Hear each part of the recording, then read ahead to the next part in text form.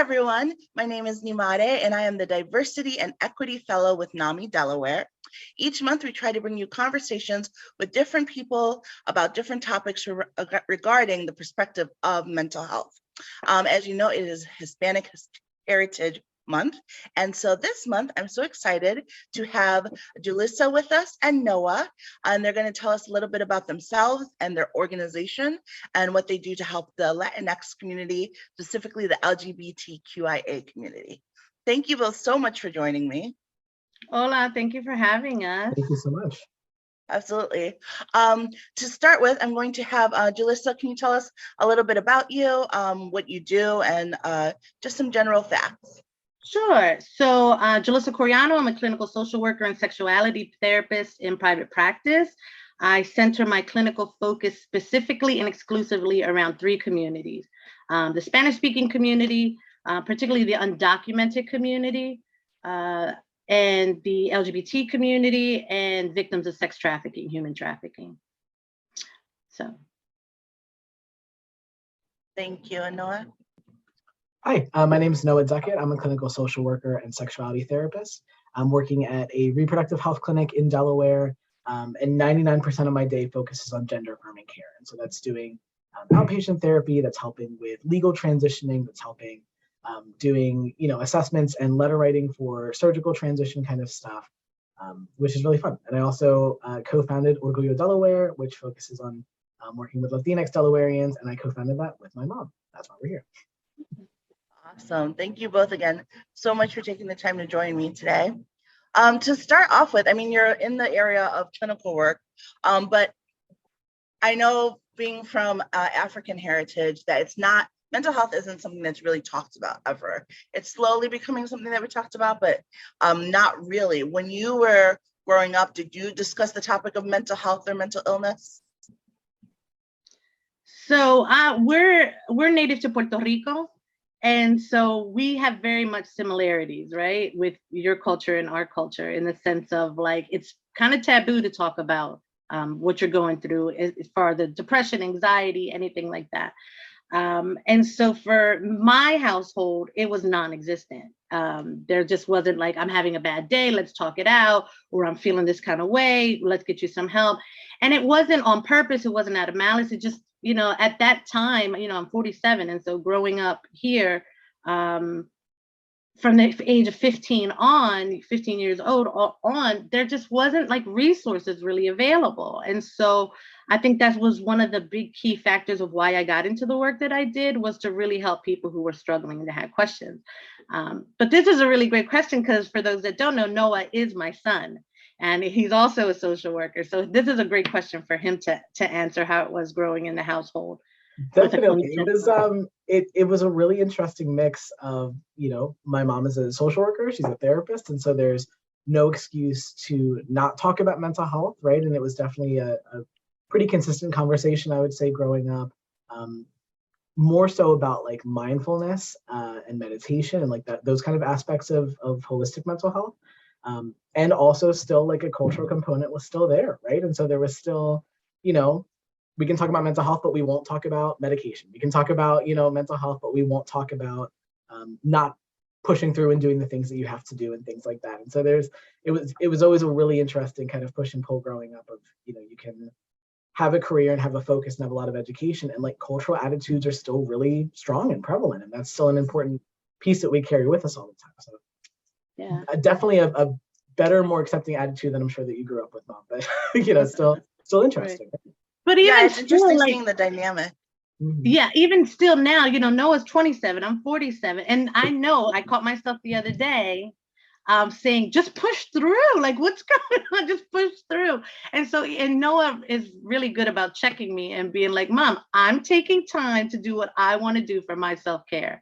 And like, it clicks on me, like, yeah, we talk to our clients about this all the time, and we try to educate our clients on taking time out, but those components are still ingrained in us of like, no, this is what we're going to do. We're going to push through and get through it. And so I learned that from my parents, and, I'm sure that Noah learned that from me as well. And so it definitely is something that we continue to carry as much as we try to work on it.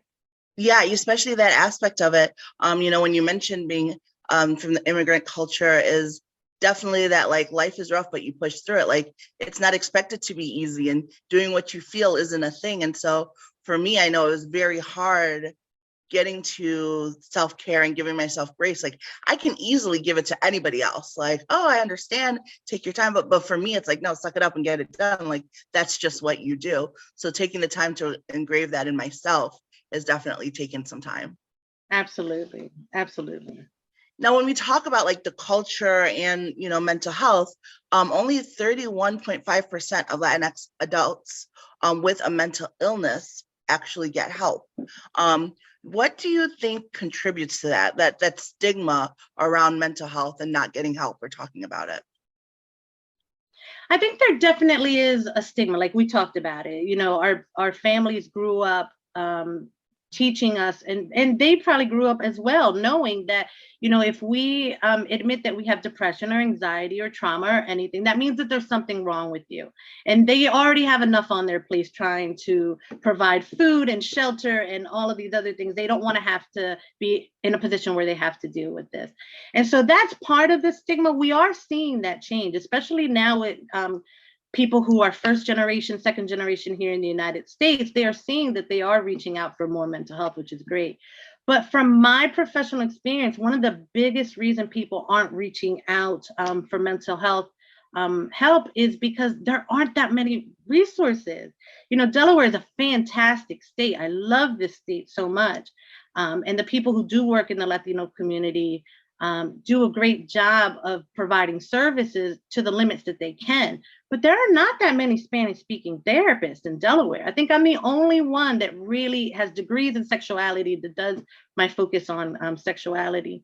And so it's not like California or Texas or Arizona, where they have so many Latinos, so many professionals that you can just, you know, pick anybody to help you. In Delaware, it's a little bit different. And so I think that is one of the biggest reasons that people aren't reaching out so much, aside of just trying to saying to themselves, you know, I'll figure it out myself.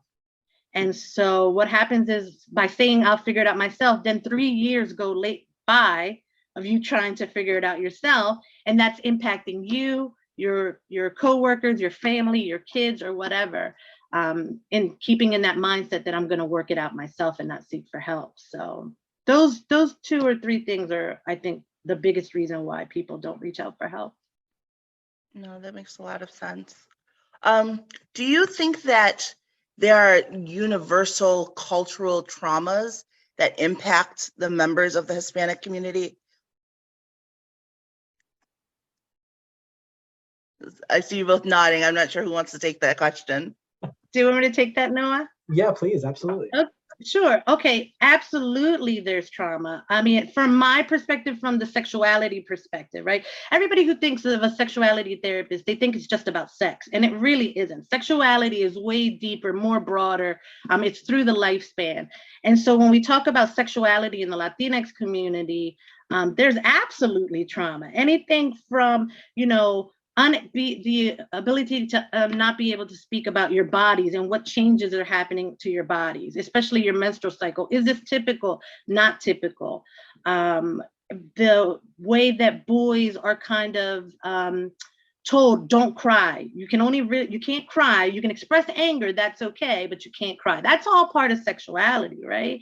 And so those are all trauma. Even, you know, with the starting at very young.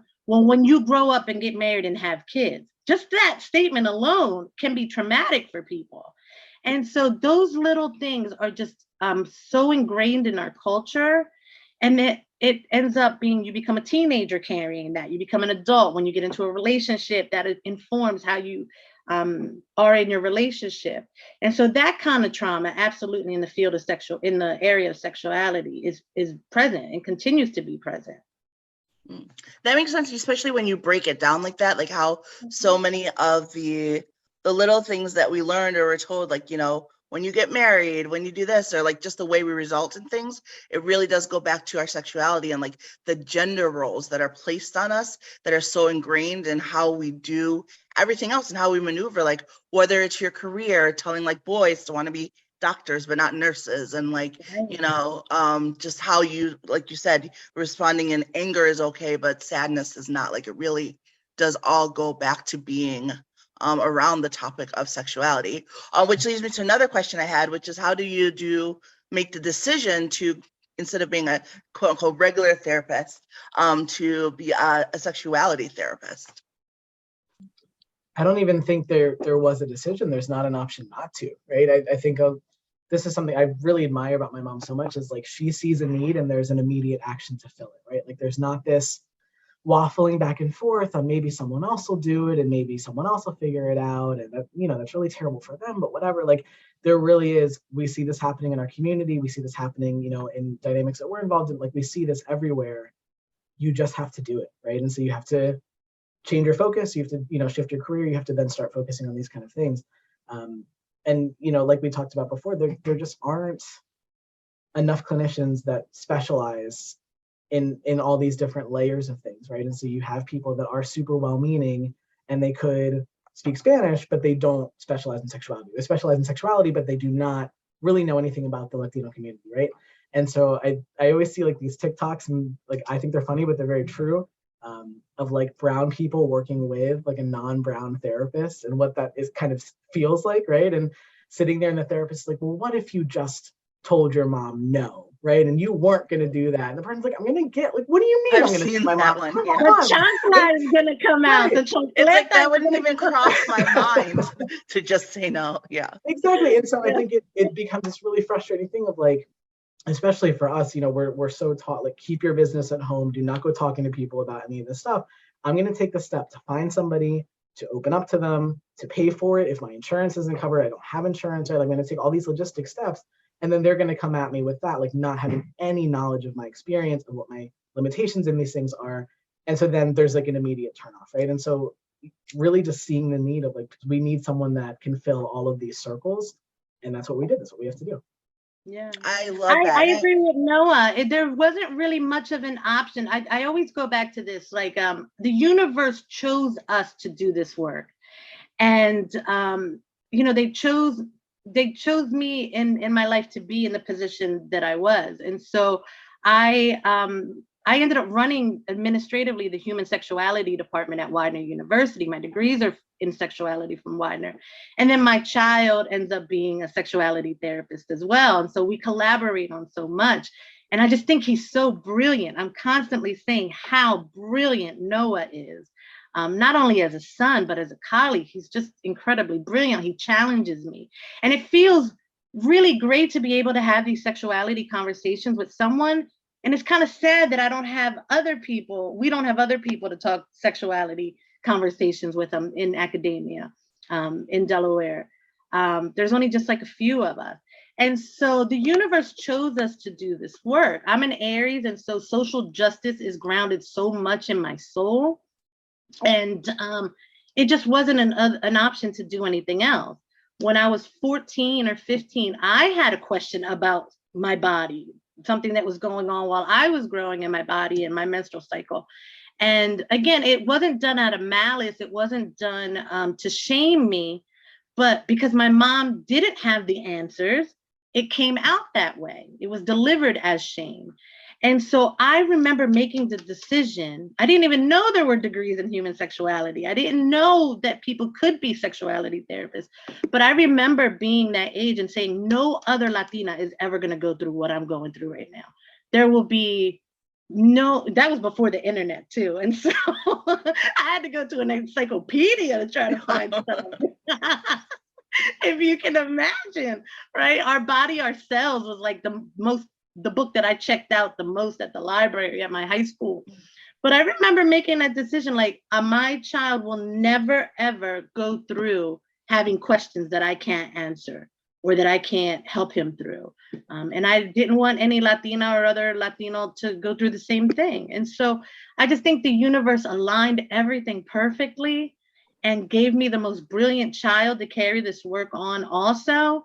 And we're really happy with what we're doing. So one of the biggest reasons we started Orgullo Delaware was to fill in the gaps, because like Noah said, we're the type of people that if we see something that is missing, we're going to take action. We just can't live with information that's kind of floating around and we don't do anything about it. And so it's exhausting for him because he gets voluntold to do a lot of things. Right. But it's ended up working out because we've created some really great events and platforms and things that to help people. So yeah, we're really proud of the work that we do. I love that. I think it's amazing that you went to school for that, which is something I don't say I recently started talking about, but when I was younger, I wanted to go to school to be a sex therapist, like a sexuality therapist, but it's still, I mean, even though, you know, I'm not that much younger than you, but it still wasn't as widely known, but like, it's something that I've always been fascinated in. I've always thought, like, even from a young age, there wasn't enough information about it. I've always been fascinated in, like, if you could watch like a video or anything about it, learning about what things are like that society puts on us as far as gender things, and what things are like our brain that we can't even control that are automatic. I find it all fascinating. I think it's unfortunate because I know for me, the reason I didn't go for it was I was like, I don't know how to tell my mom I want to be a sex therapist. That's weird. I'll go to school for business.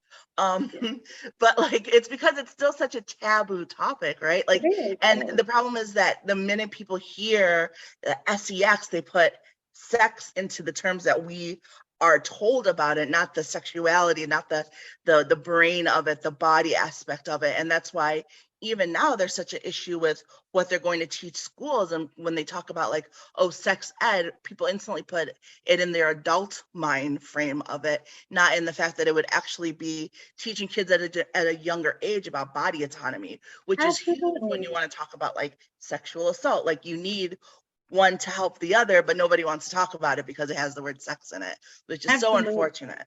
But I love that you just dove right into that. And then, you know, we're such a light in that area that your son then wanted to follow in the footsteps and learn even more. I think that that's amazing. Yeah, we definitely love the work and we definitely see it. I mean, I gave a class, it was pre-pandemic, but I gave a class where there were about 15 women and they were all over the age of 30 maybe. And I taught them how to put a condom on. They had no idea. That in itself for a person is power. When you're in a position and your partner doesn't want to use a condom, for you to be able to be like, no, we're going to use a condom. And being able to know how to put it on your partner is so empowering, right? And so we learned that. But one of the other things we did in the class was label our reproductive parts and our outside vulva. And they didn't know. Most people don't know. Most people don't even know what it's called. Yeah. Right. Yeah. And so, you know, they refer to everything as the vagina and it's the vulva. And so I went through and we labeled everything. We went through and talked about the function of it. I mean, it was a brilliant class, but it just really made me realize that, wow, we missed out on a lot of stuff. And then also, like, I don't know what kids are learning now. Now with the TikTok and the social media. Kids are learning everything. Which is good and bad because the school teaches you so little. And, you know, when you really think about it in the terms of like sex and things like that, you're really learning from like your friends, maybe some adult videos and stuff. Now you're learning from TikTok, but like, who's really teaching you consent? And like, well, like you watch a movie where she says no 100 times, but means yes. So then you take that mindset into like a drunken college party and you're hearing no, but that really means no. And it's this wide web of like problems just because people don't want to talk about it. And that's why I think like the work that you're both doing is so important in like slowly trying to like undo those knots, because the quote, knowledge is power is a real thing. And when it comes to your body, that knowledge really helps you feel like you have that power over your body. Absolutely. I have 4 nieces and 2 nephews. They're the loves of my life and they're all a year apart. And I'm always like, I'll send you lube so you can masturbate. Like, you know, you can save it to your friends. I can teach you this. We can talk about that, whatever. And they don't want to talk about it. Yeah. And it's just like, so where are you getting your information from? Because you have an aunt, you have a titi who's a very well-known sexuality therapist, and you're not coming to me. I know that you're not talking to their parents about it. So it kind of makes me a little bit worried. But that's why we have to continue to do the incredible work that we're doing, is to normalize certain things. Masturbation, that's normal. Everything is just typical and normal. And so, but if we keep living in this world of shame and hiding, it's always going to be like that. So it makes our job a little bit harder when we have to deal with those kind of attitudes. But I think we do a good job of getting through it, right, Noah? Definitely. And I think you're right. Like the normalizing, that's a huge part of it. I think we're in this interesting position right now where a lot of people are either completely ignoring or like completely pathologizing things. And so I'm seeing that on social media a lot too, of like, you have people making videos or making posts or whatever that like do not have clinical background, education background. It's driving me insane. Yes. That, if you don't like to hold hands, it's a trauma response. And you're like, whoa, actually it's not. Like we're way over pathologizing, or we're way under talking about things. And I think we need to just find that middle ground of like, things are normal, everybody's different. And if something doesn't feel right, that's when we worry, right? Like if something feels shameful, something feels, like it's causing distress, that's when we start to, talk more about it in different ways. But otherwise, like we're all just doing our best. We're all learning about ourselves and about each other. And it's just like very interesting cultural shift happening of we're going like in very different extremes. And I'm worried that a big gap is going to start forming more and more. So that's where we try and fill in of, we're working with parents and we're working with kids and we're working with teachers and other organizations and making sure that from all angles of someone's life, they're able to get accurate, healthy, affirming information versus like either not talking about it at all or talking about it in a way that we're checking boxes or talking about it in a way that is making people not feel good. We just want to give people good information. Yeah, absolutely. And I think you're so right about that gap. I see it growing. I feel like we've always had an issue with nuances, but now it's like even more black or white. And then you have everyone on the internet who like, there's no barrier. Like the one thing that's wonderful about the internet is that there's no barrier of entry to finding connections with people. But the horrible thing is that there's no barrier of entry to anyone getting a microphone, a camera, and pretending like there's an expert, and then people listening to that person. When you mentioned too as well, like the working with the community so that people get help on different aspects and, sort of overcoming the shame and normalizing it. And I know especially in the Black community, and I think the Hispanic community as well, being part of the LGBTQIA community is in and of itself such a shame because our communities are historically homophobic. And a lot of that has to do with ties to religion, and they, bring that all in. So I love that your organization especially focuses on that community. What do you see as like additional barriers to members of the LGBTQIA seeking community, and how is your organization working to help overcome that? So I think you definitely already covered, attitudes, cultural expectations, religion is definitely a big one that we see. And so a lot of that is going to be the clinical 101 kind of work of working with parents and families, and even working with, clients and their own kind of inner shames coming up. But then, of course, I always am pivoting to access, right? Like to me, the logistics of this are really important too. You have people who may or may not have medical insurance, who don't have access to gender affirming medical transition stuff. So they don't have access to hormones. They don't have access to gender affirming surgeries if that's something that they want.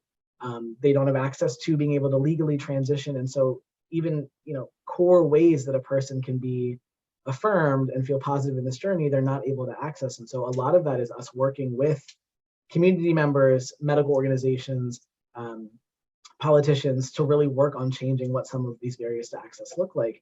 So yes, there are 1,000 different mental health and traditional aspects, but also like the logistics of it are really hard. And I think people forget that, and they can say like, oh, but your family's not that bad, or oh, you're here now and you're 18 and you can do whatever you want. It's like, well, no, I can't, because there are all of these other things that are kind of standing in the way that are changeable from like a policy aspect and a funding aspect, and just like a more people being able to help do the work kind of aspect too.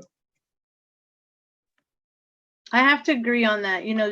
Noah's pretty much covered it, but he also mentioned the fact that it's so different with culture. So we don't have that many Spanish speaking therapists to begin with. I think I can only think of 3 that specialize in sexuality, and Noah and I are 2 of them. And so what we do is we see clinicians who are Spanish speaking but have no training whatsoever in sexuality, and even medical doctors who have no sexuality training whatsoever, and we end up doing a lot of damage control, right?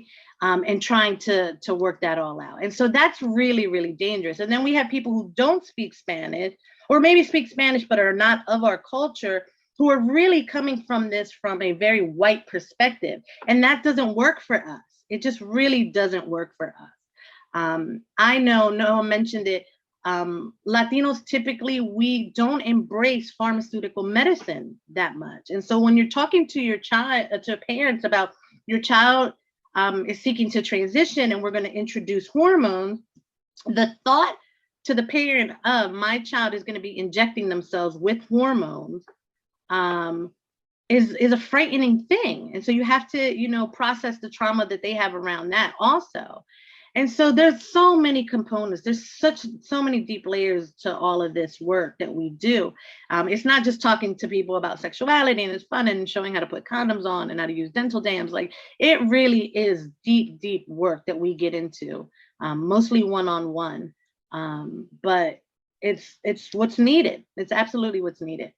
So.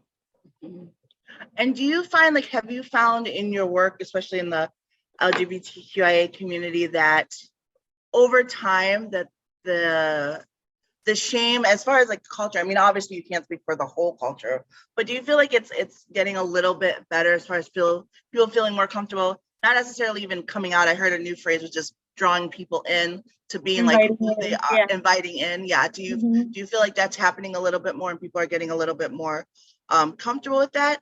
And just as a two-part to that, the reason why I asked is that, we often hear about, it's September Suicide Awareness Month, and we often hear about, members of that community having higher suicide rates. And I think people often think oh, it's because they're gay, when the truth is it's because they're discriminated against, and it's because of how they're treated because they're gay that's leading to that, not because of the fact that they're actually gay. So in your work and over time, have you seen people being a little bit more accepting and finding a little bit more, I guess, grace and comfort for themselves and inviting people in? Well, we're going to have to take a step back in the sense of before discrimination, before they get to the point of having thoughts of taking their life or whatever. It's hopelessness that is taking them there, right? So it really is hopelessness of, will I be accepted? Will I be understood? Will my family be okay with this, with me transitioning or bringing a partner over? So it all stems from hopelessness, right? That they're receiving all of these messages. There has been a time, I haven't checked the statistics, I will be very honest about that, that Latinos, non-LGBT related, identified rather, did have the highest suicide attempt in the country. And that reason is because they're first generation here, and they're trying to adjust to the American life, while still feeling the pressure of their parents to keep with, their traditions. And I know that I'm guilty of that. I know I grew up with that. My parents made it very clear that, you are not American. You will not act like these American kids. And so I know for a fact, I trickled that down to Noah. And so that's a lot of pressure. That's a lot of pressure, trying to figure out, who am I? I don't look like everybody else. I don't sound like everybody else. What can I do? So that alone, adolescents carried a very high suicide attempt rate. And then now you look at the LGBT community itself, and they have the highest rate in the country, right? Of all the groups. So. Definitely, and a big part of that is, yes, we can say that people are finding more acceptance, with an asterisk to that, right? They're finding more acceptance maybe with friends, or finding more acceptance, especially now with the internet, of online communities, or they're able to talk about things or see other people that are like them, which is great. And that's not just local, that could be anywhere in the world. And so there's more of a sense of, I'm not alone, versus what there was 5, 10, 15 years ago, right? And that doesn't mean that there's an increased acceptance at home.